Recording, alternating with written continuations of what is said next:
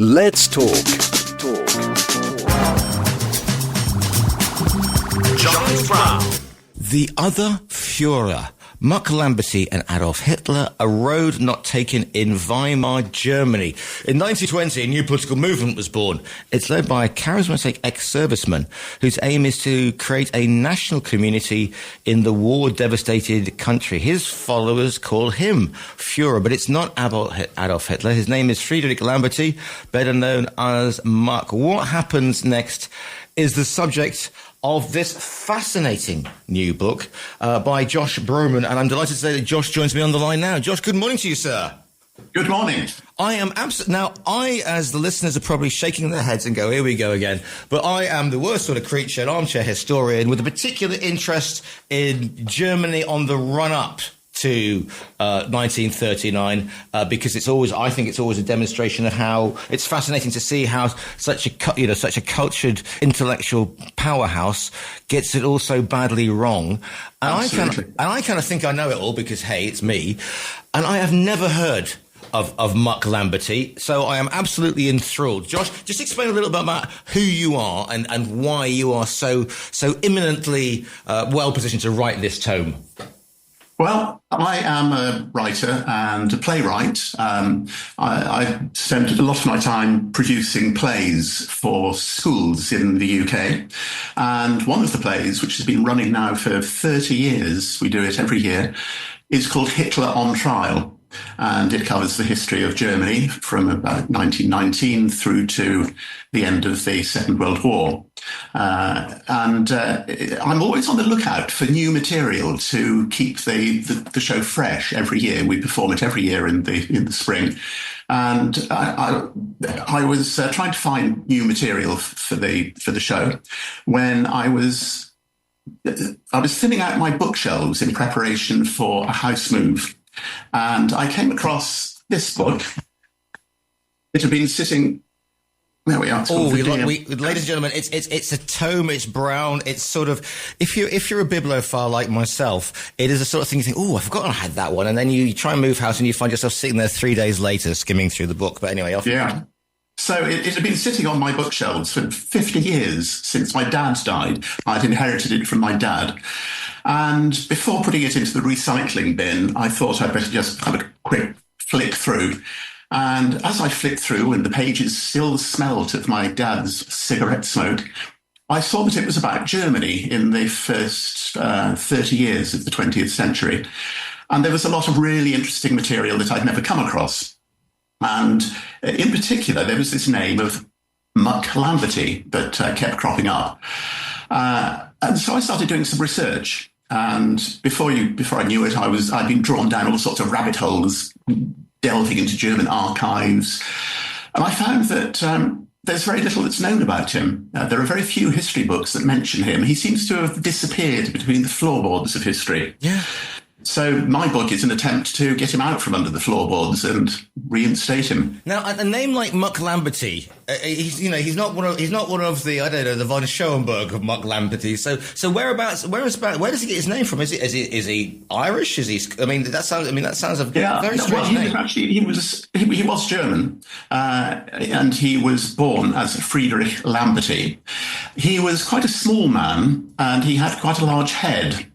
And so people started calling him Muck after a German fairy tale called Little Muck, which was about a small man with a big head who had all sorts of fairy tale adventures. It was a little bit sort of derogatory, but he didn't seem to mind. He had a good sense of humour. Now, so people sort of tend to think that, it is the Treaty of Versailles, Germany is devastated. And then there's this sort of, if you're doing a timeline for most people, it goes somewhat like this. Treaty of Versailles, Weimar Republic, i.e. cabaret. Then it is paying 8,000 Deutschmarks. You leave the shops to get a loaf of bread. It's going to cost you 8,000 Deutschmarks. By the time you get to the bakery, it's 800,000 Deutschmarks of rapid inflation. Yeah. Then maybe, if they know about it, it's Hindelburg, the general, not the airship, and then it's Hitler, and it all goes south very, very quickly. It's not really like that, is it? So explain a little bit about. I mean, Treaty of Versailles is the starting point, because if it's ever an example of how not to treat a defeated enemy, it's got to be the Treaty of Versailles. Oh, absolutely. I mean, it's caused such bad feeling in every part of Germany. There was nobody in Germany who had anything good to say about the Treaty of Versailles. I mean, it took away so much land, it took away their armed forces, it forced them to pay these enormous reparations. It was so harsh. Yeah. And, And so basically, Muck sort of comes on the scene, and again, there is this, I suppose we could call it the sort of the turn of the century Edwardian hippie. It's happening in the UK, where everybody's finding fairies at the bottom of their garden and trying to get back to a simpler, more bucolic time. And again, we must regard Germany not as an industrial powerhouse, but also it's mainly rural. So again, all these folk tales, Little Muck, etc. And so there's this whole thing about the Volk, and in a good way, and really reconnecting with the roots and getting back to sort of a heyday 100 years ago. And this is where Muck, because he taps into it, doesn't he? He does. He particularly tapped into it by getting people to dance. He had this group of followers who called themselves the New Crowd. And in the summer of 1920, they went on a long march through the centre of Germany. And as they went through villages and towns and even big cities, they called on people to come out of their houses to dance with them. And these were traditional German dances. They were round dances where you would form a circle, hold hands, and dance to old folk songs. And this was really popular. Hundreds of thousands of people came out of their homes to dance with the New Crowd. There were far more of them than followed Hitler and the Nazis in 1920. So how does it? I mean, one guy walking through saying, "Hey, Fräulein, dance with me, bitte." I mean, how does he actually get people thinking, "Look, we can't. We're just trying to get the rule back at the moment, and the French keep beating us up." So how does he? Is it charisma? I mean, has he got a group of? Are they Shudder University students? I mean, how do they appeal without being singing? A bunch of sort of, I don't know, of university types sort of who don't know what's going on in the real world. How does he get them to do this? Well, yes, they did look sort of a bit hippie-like. The men all had long hair slicked back, which was, not the norm for the time. The women had very distinctive dresses and hairstyles. But how did they get people to come out and dance? I think it was the sheer novelty of it. People were fed up after 4 or 5 years of war. This was a big distraction. It was entertainment, if you like. But it was entertainment with a purpose, trying to get people back into their roots. So the purpose, because it's not just sort of like a whole sort of aerobics instructor sort of role here, is it? So is there an underlying message? And if so, because I suppose the great thing, if you want to get a message across, is to get them looking at something and then say, and by the way, the reason we're doing this dance is because, and then you hit them with the message. Is this what Muck is doing? Yes, he had a kind of manifesto, if you like, sort of a 20-point manifesto aimed at creating what he called a revolution of the soul. And the way to create a revolution of the soul was to have what he called a national community, bringing all Germans together, Germans of every social class, every age and sex, national community. And this is actually what Hitler was also promising at round about the same time, and which he went on to try and implement. I'm not sure he succeeded. Yeah.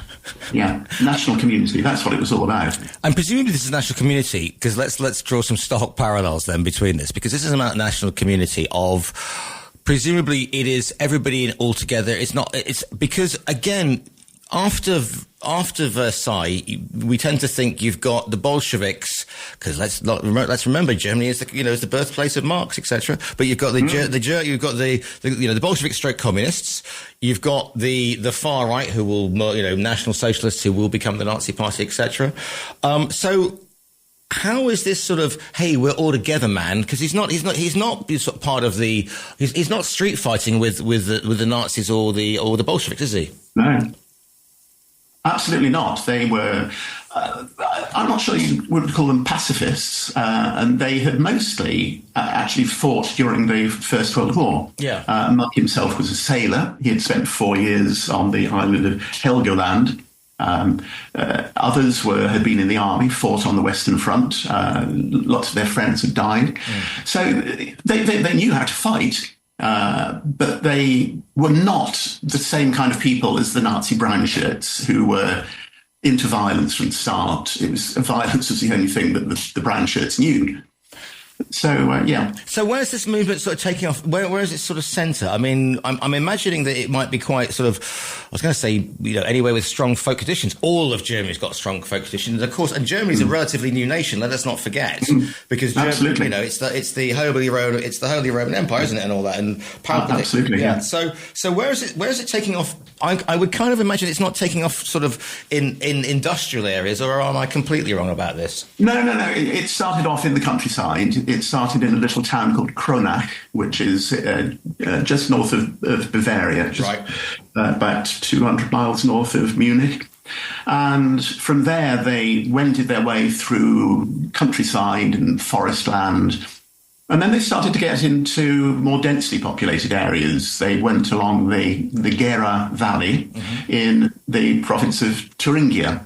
And they went through cities like Weimar and Erfurt, and ended up in Eisenach, and the time was running out. It was getting to the end of the summer, and so they then turned around, retraced their steps, went back the same way as they came. And how many people are we talking? Literally, tens of thousands, hundreds. I mean, how many? And its high point is this? It's almost like some sort of carnival, I suppose. This medieval sort of, I was going to say crusade, that perhaps is the wrong word to use when you're talking about Germany and crusades, but you see what I'm saying here. Is it like an all singing, all dancing, sort of almost like a Notting Hill carnival type thing?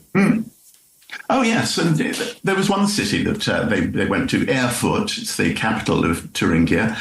And they brought out something like 20,000 people into a big square in front of the city's cathedral.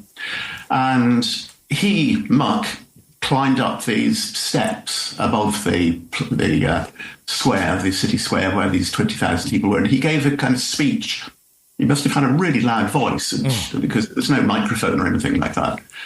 And then after he had spoken to the crowd, they danced all night.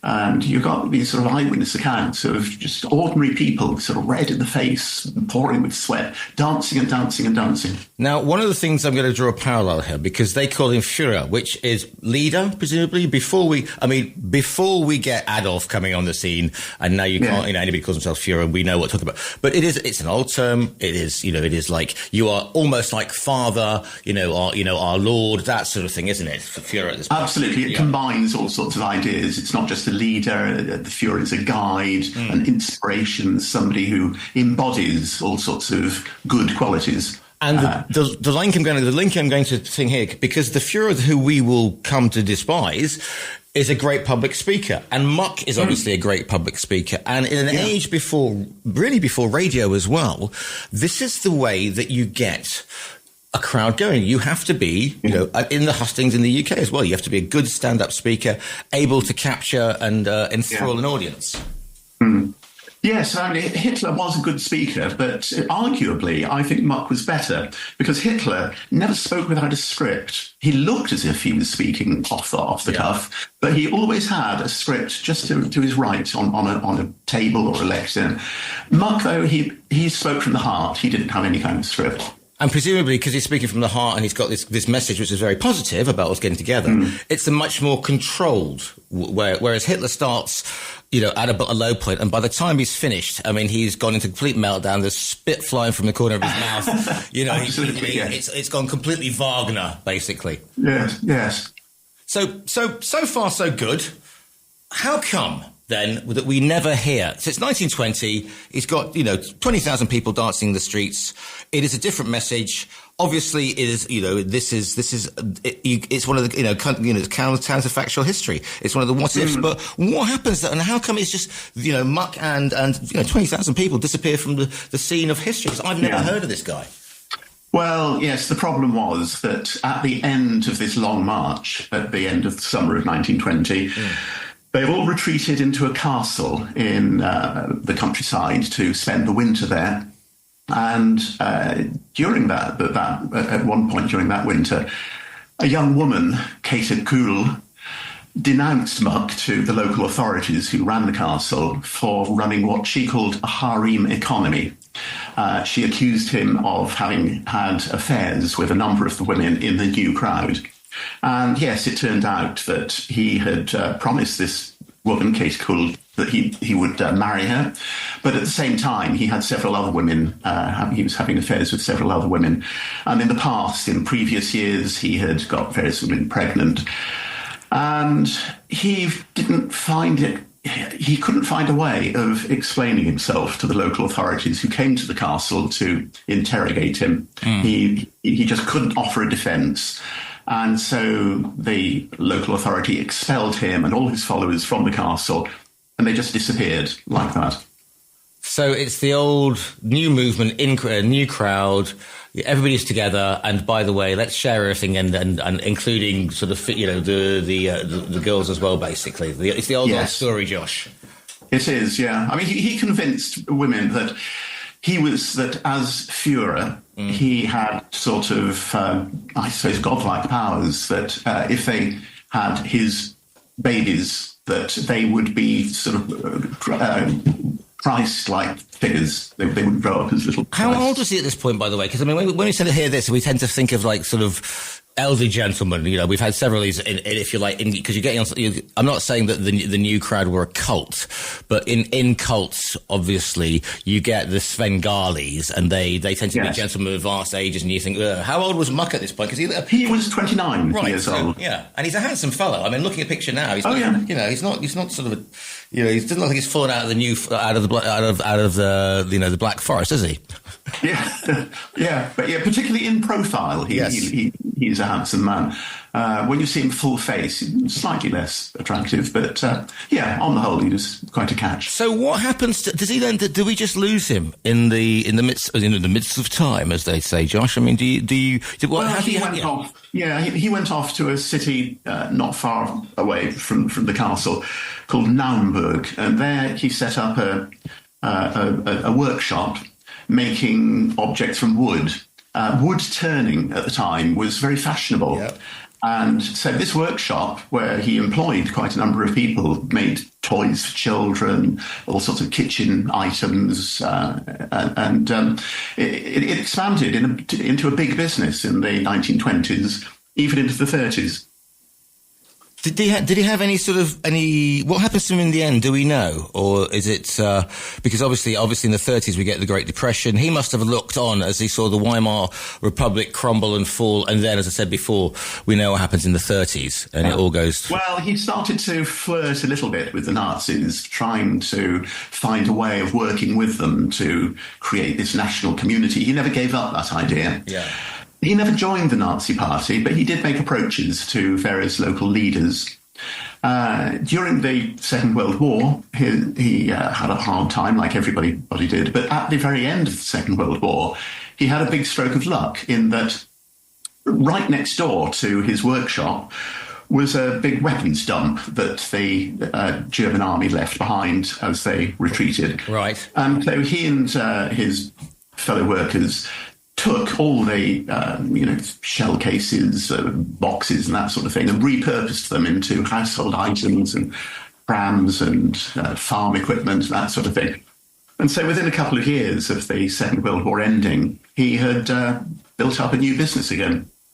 And it would have been successful if it hadn't been for the Russians taking over that part of Germany, and it became part of the Soviet occupation zone.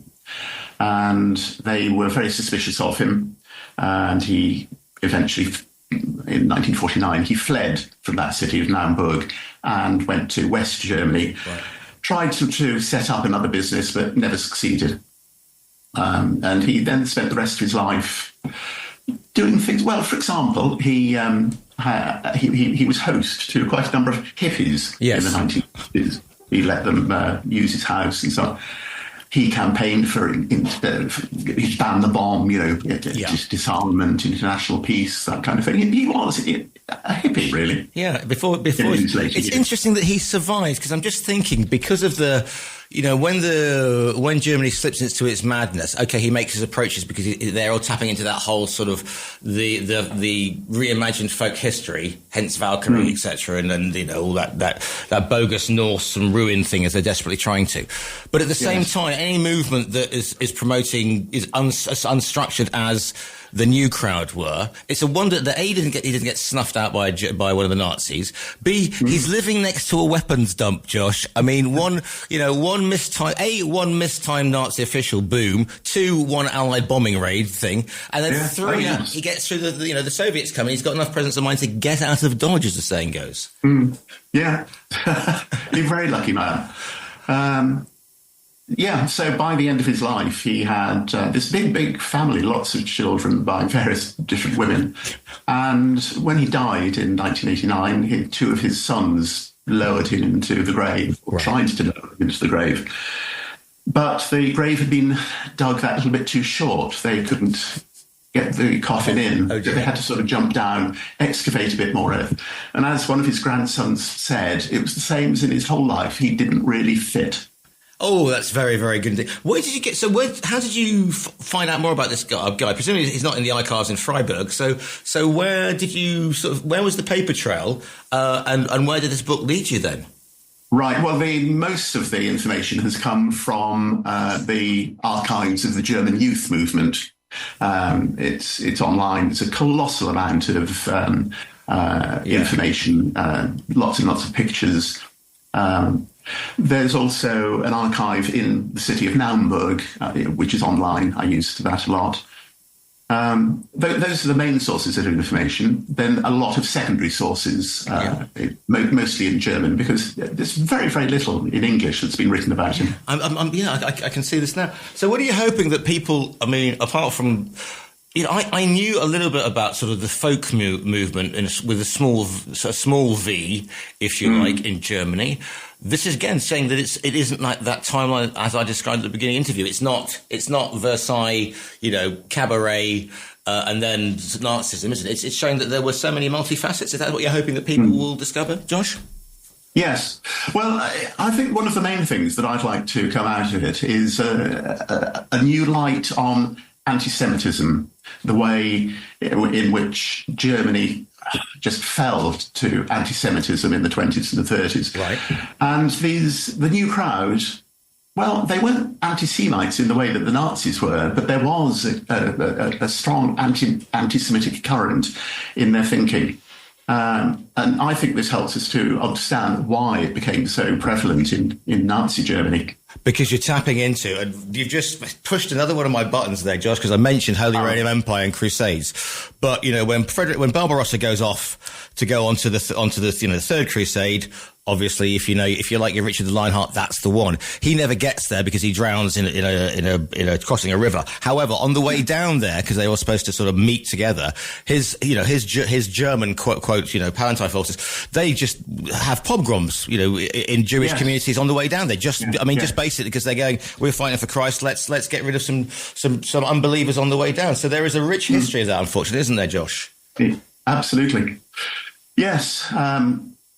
So I just find it so upsetting, really, that these young people, idealistic people with very many good intentions, were also anti-Semites. Not in a big way, but it was there, kind of underneath the surface all the time. In attitudes, ready to be called on when you need a scapegoat, Josh. Yeah. The book is called The Other Fury, Muck-Lamberty and Adolf Hitler, A Road Not Taken in Weimar, Germany. It's by Josh Brooman. Josh, if people want to find you online and find out, and the idea of these plays for schools is brilliant. Because so many people go, why are you so into history, Charles? It's dusty. History is not dusty, is it, Josh? So where can people I don't think so. Yeah, where can people find you online? Okay, I've got a website. It's Josh Brooman, all one word, joshbrooman.com. And you'll find more information about the book there and ways of ordering it if you want to. And you can order it via our own virtual bookstore as well. This book is called The Other Führer. It's by Josh Brooman. Josh, it's been an absolute eye-opener and absolutely wonderful to speak to you this morning. It's lovely to meet you, Giles. Thank you very much.